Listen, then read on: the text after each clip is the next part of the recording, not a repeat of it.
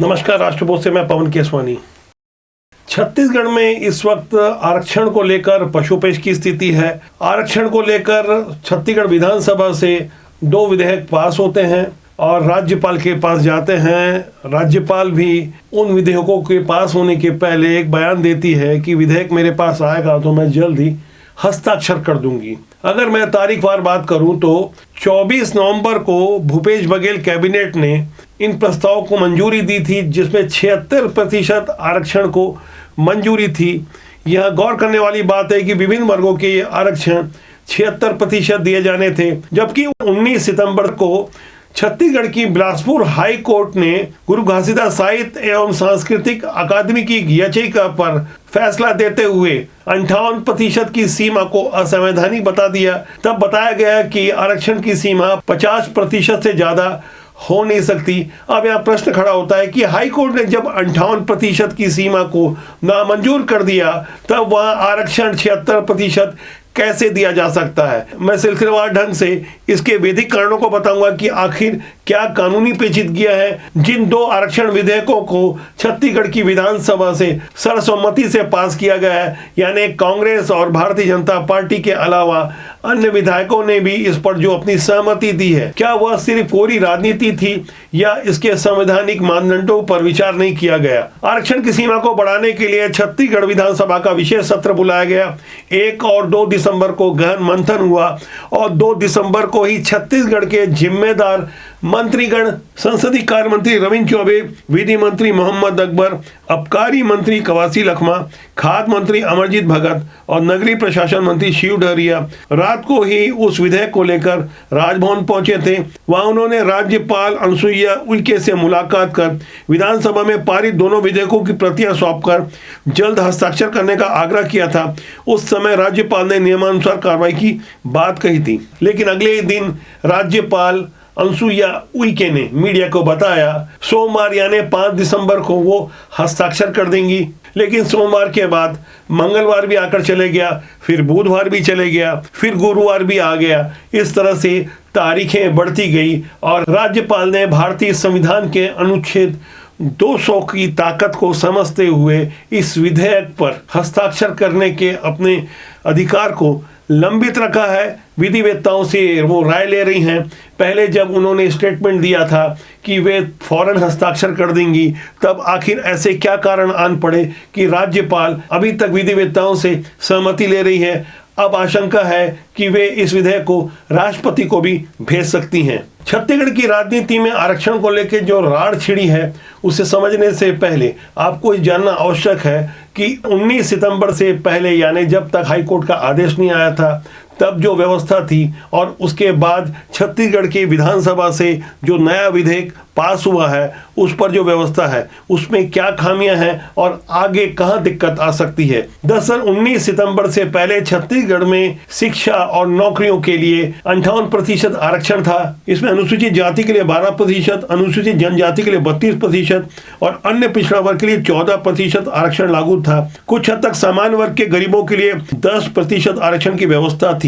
लेकिन इसके बाद 2 दिसंबर को छत्तीसगढ़ की विधानसभा में जो 2 नए विधेयक पास किए गए, उसमें छत्तीसगढ़ लोक सेवाओं में अनुसूचित जाति, अनुसूचित जनजाति और अन्य पिछड़ा वर्गों के लिए आरक्षण संशोधन विधेयक 2022 और शैक्षणिक संस्थाओं में आरक्षण संशोधन विधेयक 2022 उसी रूप में पारित हुआ। इसमें अनुसूचित जाति के लिए 13%, अनुसूचित जनजाति के लिए 32%, अन्य पिछड़ा वर्ग के 27% और सामान्य वर्ग के गरीबों के लिए 10 की जगह 4% आरक्षण की व्यवस्था की गई। इस तरह से कुल मिलाकर जो 76% आरक्षण की नई व्यवस्था की गई है, जिसमें विपक्षी भारतीय जनता पार्टी की भी मंजूरी है, सही अर्थों में कहूं तो मजबूरी है। उस मंजूरी और मजबूरी को समझने के लिए आपको इसके तकनीकी पक्ष को भी समझना होगा कि आखिर यह विधेयक आगे चलकर कहां तक ठहरेगा।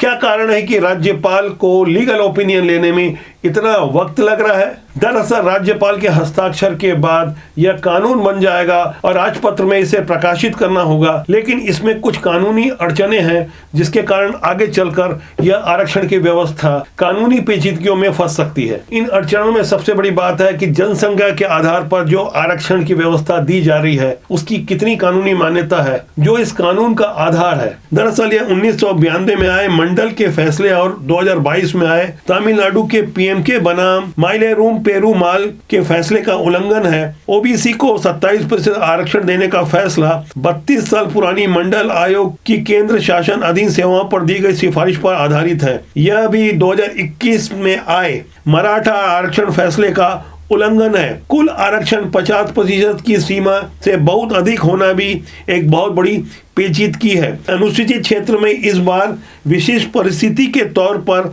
पेश किया गया है, लेकिन वर्ग 1 और वर्ग 2 की नौकरियों में अनुसूचित क्षेत्रों के लिए कोई अलग हिस्सेदारी ही नहीं है। यह 1992 के मंडल फैसले का उल्लंघन है। प्रतिनिधित्व में पर्याप्तता के आंकड़े विभाग श्रेणीवार जमा किए गए हैं, न कि काडरवार। यह मंडल फैसले और 2022 के जर्नैल सिंह फैसले का भी उल्लंघन है। उम्मीद थी कि राज्यपाल दोनों नए विधेयकों पर फौरन हस्ताक्षर कर देंगी, जैसा कि वे बयान भी दे रही थी, लेकिन अब मामला जिस तरह से उलझता जा रहा है, यहाँ से राजनीतिक बयानबाजी भी शुरू हो गई है। एक और भारतीय जनता पार्टी के मुख्य प्रवक्ता अजय चंद्राकर ने कांग्रेस पर निम्न स्तरीय राजनीति का आरोप लगाते हुए कहा कि इसका कानूनी परीक्षण आवश्यक है, वरना अड़चन आ सकती है। वहीं कांग्रेस की ओर से संचार विभाग के प्रमुख सुशील आनंद शुक्ला ने सदा हुआ बयान देते हुए भारतीय जनता पार्टी पर कटाक्ष किया कि भाजपा इस मसले पर अपना अभिमत स्पष्ट करे। भारतीय जनता पार्टी की ओर से राज्यपाल से क्यों नहीं आग्रह किया जाता कि विधेयक पर हस्ताक्षर करें। यह समझने वाली बात है कि केंद्र की मोदी सरकार द्वारा नियुक्त राज्यपाल पर भी हमले तेज होंगे। मौजूदा समय में आरक्षण की कोई नियमावली नहीं होने के कारण किसी रोस्टर का पालन नहीं हो रहा है। नई नियुक्तियां आखिर किस आधार पर होगी? कुल मिलाकर फिलहाल 0% आरक्षण की व्यवस्था है। छत्तीसगढ़ में 2023 में चुनाव है। जाहिर तौर पर आरक्षण जैसे संवेदनशील विषय पर अभी और नूरा कुश्ती होनी है, तीखी बयानबाजी होनी है। पिछले दिनों सड़क के आंदोलन हुए थे, खासकर भारतीय जनता पार्टी के आदिवासी नेताओं ने चक्का जाम में अपनी सहभागिता दी थी। भारतीय जनता पार्टी लगातार इस मुद्दे पर हमलावर है। वहीं पहले कहीं बैकफुट पर नजर आ रही कांग्रेस ने भी विधानसभा का विशेष सत्र बुलाया, उसके बाद विधेयक पास कराया, और अब जब मामला अटका है तब वहां राज्यपाल की शक्तियों की भी समीक्षा हो रही है। राज्यपाल की ताकत को समझना हो, और इससे जुड़ी राजनीति का एक उदाहरण इसी साल अगस्त में देखने को मिला, जब झारखंड के मुख्यमंत्री हेमंत सोरेन के विरुद्ध मुख्य निर्वाचन पदाधिकारी ने जांच में पाया कि उनका निर्वाचन आरपी एक्ट 1951 की धारा 9A के तहत शून्य घोषित किया जाता है। राज्यपाल रमेश बैस के पास वो फाइल भेजी गई। उनके हस्ताक्षर से हेमंत सोरेन पद मुक्त हो सकते थे, लेकिन 4 महीने से राज्यपाल रमेश बैस ने वो फाइल को होल्ड कर रखा है। किन कारणों से रखा है, इसके क्या राजनीतिक मायने हैं, यह भी राजनीतिक पंडित अभी तक कयास ही लगा रहे हैं। कमोबेश वैसी हालात छत्तीसगढ़ में निर्मित होते जा रहे हैं, जहां राज्यपाल ने लीगल ओपिनियन के लिए आरक्षण जैसे संवेदनशील विषयों पर अभी तक हस्ताक्षर नहीं किए हैं। जाहिर तौर पर कारण वही होंगे जो मैंने बताए थे कि किस तरह से विधिक अड़चनें आ सकती है, लेकिन राजनीति में सैद्धांतिक या कानूनी पक्ष कहीं दूर छूट जाता है जब व्यवहारिक पक्ष चुनाव जीतने वाला हावी हो जाता है। जो छत्तीसगढ़ में विधानसभा की तारीखें नजदीक आएगी, आरक्षण का मुद्दा और परवान चढ़ेगा। अगर हाईकोर्ट के आदेश के विपरीत जाकर कोई कानून जबरदस्ती लागू करवाया जाता है तो उसकी परिणति क्या होती है, यह समझने और समझाने वाली बात है। दरअसल राजनेताओं की भी मजबूरी होती है, वो वही कहते हैं जो उनका वोट बैंक चाहता है। इसलिए राष्ट्रबोध के माध्यम से हम राजनीति की सूचिता के लिए अक्सर ऐसे मुद्दों को लाते हैं जिनका सीधा सरोकार आपसे होता है। छत्तीसगढ़ में आरक्षण का विधेयक जिस पेचीदगी में फंसा हुआ है, इस पर आपकी क्या राय है, कमेंट बॉक्स में जाके जरूर लिखिएगा। लाइक शेयर भी कीजिएगा, और यदि सब्सक्राइब नहीं किया है आपने राष्ट्रबोध को तो जरूर सब्सक्राइब कर लीजिएगा। नमस्कार।